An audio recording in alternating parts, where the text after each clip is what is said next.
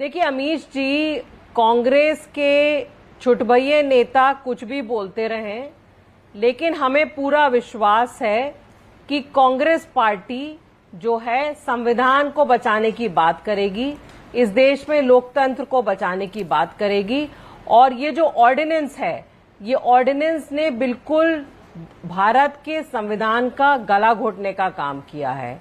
और विपक्षी यूनिटी की आप लोग बात करते रहते हैं, विपक्ष तो साथ में है ही, बाकी देश के 140 करोड़ लोग, रोजगार के जो मारे हुए लोग हैं, जो युवा लोग हैं, जो गृहिणी हैं, जो किसान हैं, वो सारे लोग एकजुट हो गए हैं और सब लोग मिलके सिर्फ एक नारा दे रहे हैं कि भारतीय जनता पार्टी को निकाल के बाहर फेंकना पड़ेगा, तभी हम देश को बचा सकते हैं। आपने कांग्रेस के नेताओं के लिए एक शब्द का इस्तेमाल किया कि छुटभइया नेता।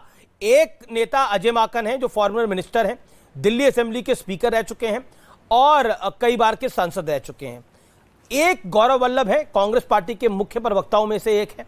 आपको लगता है ये सब लोग छुटभइया हैं? संदीप दीक्षित हैं जो 2-3 बार के सांसद रह चुके हैं, ये सब लोग छुटभइया हैं?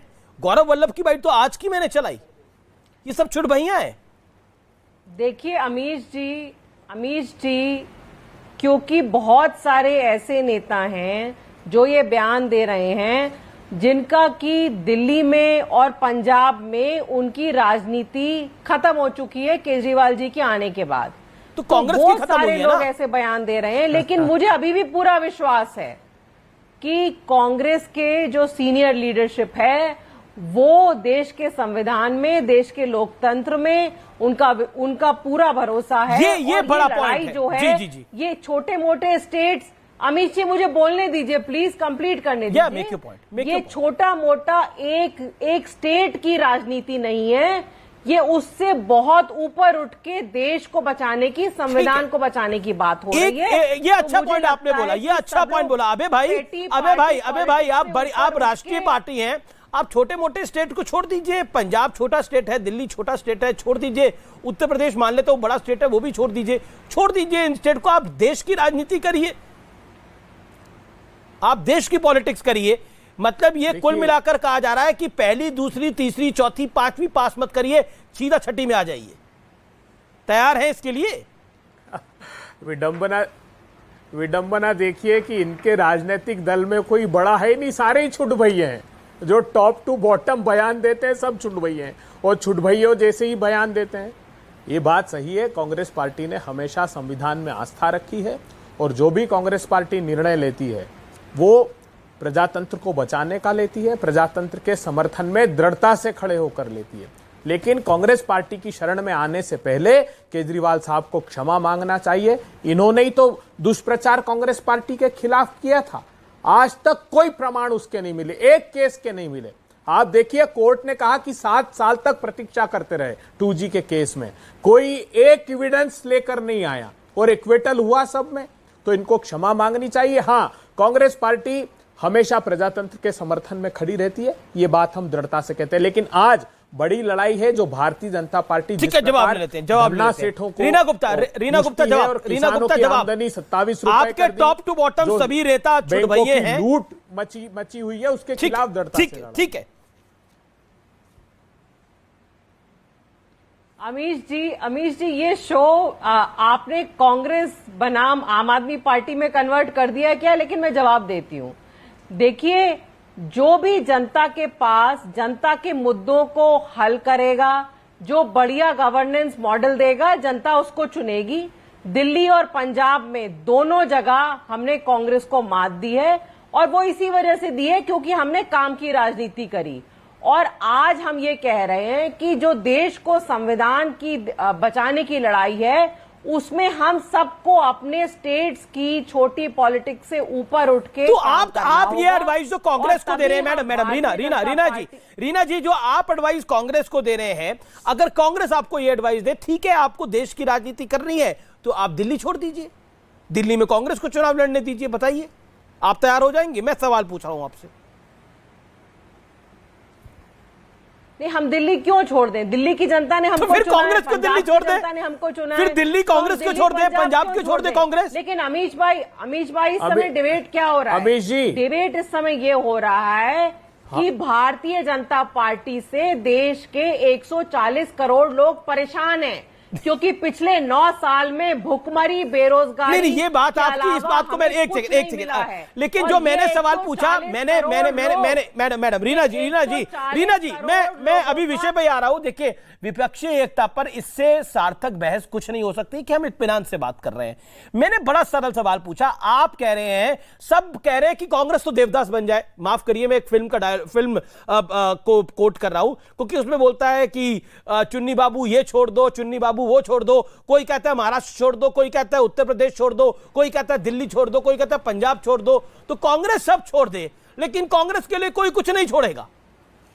तो फिर ये नेशनल पॉलिटिक्स किस बात की करेंगे? दिल्ली ये नहीं लड़ेंगे, आंध्र ये नहीं लड़ेंगे, पंजाब ये नहीं लड़ेंगे, बिहार में सबसे कम सीटों पे ये लड़ेंगे, 2-4 सीटें जकात के तौर पर पूरा गठबंधन दे देता है।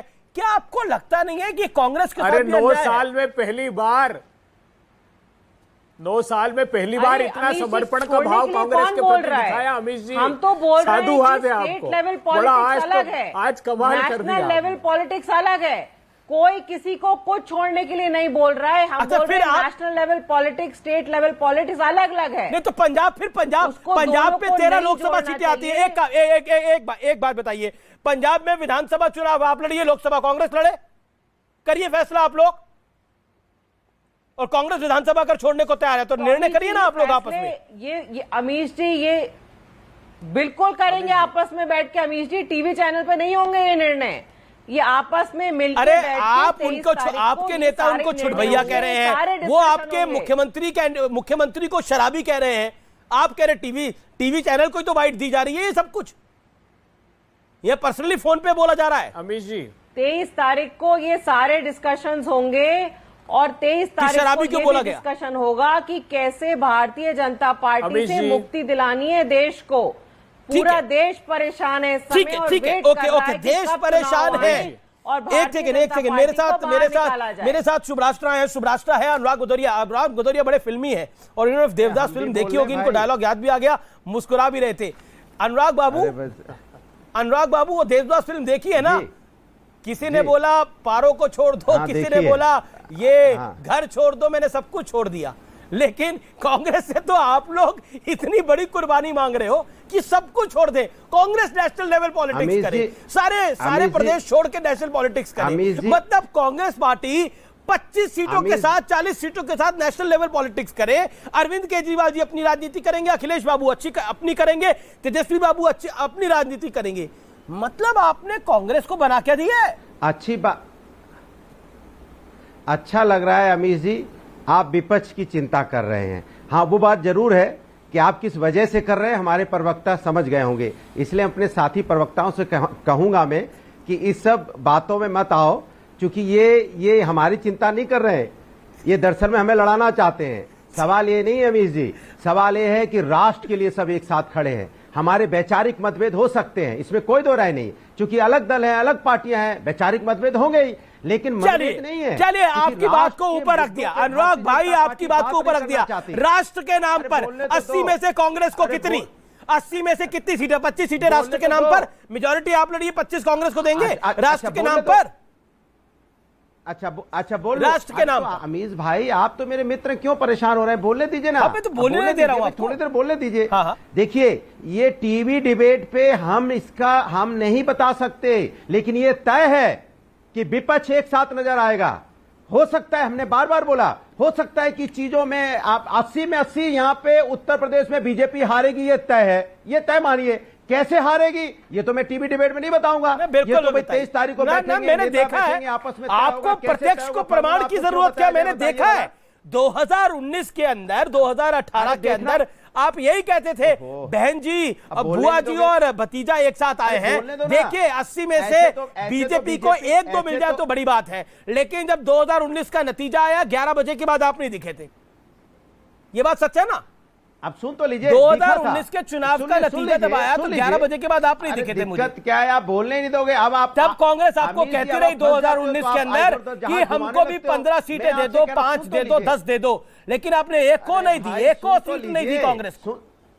अरे सुन तो लीजिए भाई, मेरी बात ही नहीं बोलने दोगे तो फायदा क्या भैया। अगर आपने हमें सम्मान पूर्वक बुलाया है तो सम्मान पूर्वक बोलने दीजिए। हाँ, बोलिए। अगर आप ही सब बात हमारी बोल देंगे तो हम अपनी बात क्या करेंगे। मैं कह रहा हूं कि देखिए इस समय इसमें विपक्ष एक है। आप बिल्कुल सही कह रहे हैं कि दलों में आपस में मतभेद है, यहां बयानबाजी भी सुनने को मिल रही है, लेकिन यह भी तय है कि देश में अभी भारतीय जनता पार्टी को जनता ने हटाने का मन बना लिया है। क्यों बना लिया है? मैं चलिए, इस समय की बड़ी खबर मेरे पास यही है, अनुराग इसको क्लैरिफाई करिएगा अगर मैं गलत बोल रहा हूं। जो मैं अनुराग भदौरिया की व्यूअर्स, बड़ी ब्रेकिंग स्टोरी है अनुराग भदौरिया जो दे रहे हैं, 80 में से कांग्रेस को एक बड़ा शेयर मिलेगा। अनुराग, आई एम राइट? यही आप कह रहे हैं? अरे मैंने 80 में बोला से कांग्रेस को बड़ा शेयर मिलेगा। ये आपको क्यों बताएं? 80 में 80 भारतीय जनता पार्टी हारेगी। अखिलेश जी कह रहे हैं 80 के 80 समाजवादी पार्टी जीतेगी।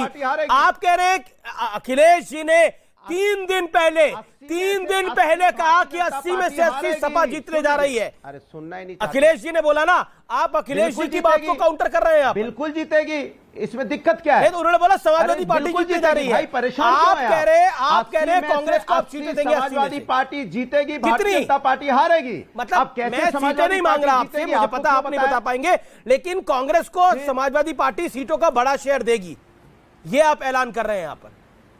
दिक्कत यह है अमीर जी, दिक्कत यह है कि आप अपने सब दूसरे के मुंह में डालना चाहते हैं, वो होगा नहीं, क्योंकि विपक्ष बहुत होशियार है अमीर जी। इस बार समझदारी से चल रहा है, फूंक के कदम रख रहा है, क्योंकि वो ये भी जानता है कि वो भी ये भी जानता है कि हमारे साथी लोग अपना शब्द अपने मेरे मुंह में डालना चाहते हैं, लेकिन ये तय है कि देश की जनता भारतीय जनता पार्टी, बिल्कुल देश की जनता बीजेपी को हटाना चाहती है।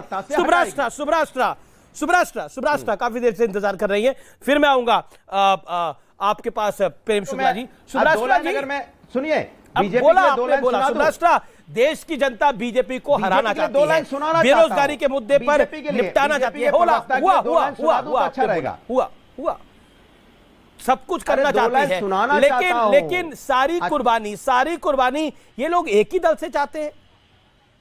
देवदास तो आपने भी देखी होगी, बड़ी हिट फिल्म रही है। मुझे तो उसका डायलॉग पता नहीं क्यों बार बार ध्यान में आ रहा है। जी, जिनसे कुर्बानी चाहते हैं वो इस विषय पर बोलना चाह नहीं रहे, और जो कुर्बानी देने के लिए लालायित हैं वो कह रहे हैं कि वैचारिक मतभेद होते हैं हर पॉलिटिकल पार्टी के साथ। मैं जानना चाहती हूं कि ऐसा कौन सा वैचारिक मतभेद होता है कि आप अपने साथ खड़े हुए साथी को शराबी बोल दें। ये ऐसा वैचारिक मतभेद तो मैंने आज तक जितने भी बौद्धिक विमर्श में बैठी हूं कहीं नहीं सुना कि आप में ऐसा वैचारिक विमर्श करते करते आप इतना उत्तेजित हो गए कि आपने किसी को शराबी बोल दिया। जिनको बोला वो बुरा नहीं मान रहे, या अगर वो बुरा मान रहे हैं तो वो आपको छुटभैये नेता बोल दे रहे हैं। तो ये किस तरीके की राजनीति है आमिर जी, ये मेरे समझ से परे है। लेकिन एक चीज स्पष्ट है कि जिस ऐतिहासिक दिन पर ये विपक्षी एकता का के नाम का डंका बजने वाला है, वो दिन हमें भूलना नहीं चाहिए। उस दिन हमारे देश में इमरजेंसी आई थी कभी, और जिस दिन इमरजेंसी आई थी, और इमरजेंसी जब आई थी तो जिन जिन नेताओं को कांग्रेस पार्टी ने प्रताड़ित किया था बौद्धिक रूप से, शारीरिक रूप से, मानसिक रूप से, उन सभी नेताओं, उन सभी पॉलिटिकल पार्टीज और उन सभी नेताओं के बाद के जनरेशन के लोग आज बैठे हैं। तो मैं ऐसा क्यों नहीं मानूं कि परिवारवाद की चाशनी पी करके ये लोग इतने मदमस्त हो चुके हैं कि इनको अपने पुरखों की कुर्बानियां याद ही नहीं है। तो ये किस विपक्षी एकता की बात हो रही है? विपक्ष तो स्वयं अपने पैर के ऊपर वैचारिक कुल्हाड़ी मार रहा है, और फिर बात करते हैं, बड़े बड़े अल्फाज कहे जाते हैं कि हम विपक्षी एकता की बात कर रहे हैं। हम विपक्ष बहुत होशियार हो गया है। विपक्ष अगर होशियार हुआ होता तो किसी भी दिन बैठक रख लेते। आप इमरजेंसी की बरसी पर बैठक नहीं रखते। ये बहुत बड़ी घटना है, और मुझे लगता है कि इस देश का कोई भी युवा जो थोड़ा बहुत संजीदगी से अपना इतिहास जानता होगा, जो अपने पुरखों को नमन करना जानता होगा, वो इस विपक्ष को बख्शेगा नहीं आमिर जी, कि वो उन्हीं लोगों के साथ हाथ मिलाने जा रहे हैं जिन्होंने लोकतंत्र की हत्या की। और एक अंतिम बात मैं कहना चाहूंगी, और ये सारा ड्रामा लोकतंत्र बचाने के नाम पे हो रहा है। जी सुब्राष्ट्रा, नहीं आमिर जी, ये सारा ड्रामा लोकतंत्र बचाने के नाम पर हो रहा है। अध्यादेश को लेकर के अमित राजनीति जी, की जा रही है। अमित मैं जी। आपसे पूछना चाहती हूँ आमिर जी, क्या अध्यादेश हमारे संविधान का पार्ट नहीं है? क्या अभी तो मैंने सवाल पूछे नहीं है तो अमित आप जी। जवाब क्या दीजिएगा? मैंने मुझे बोल तो लेने दीजिए।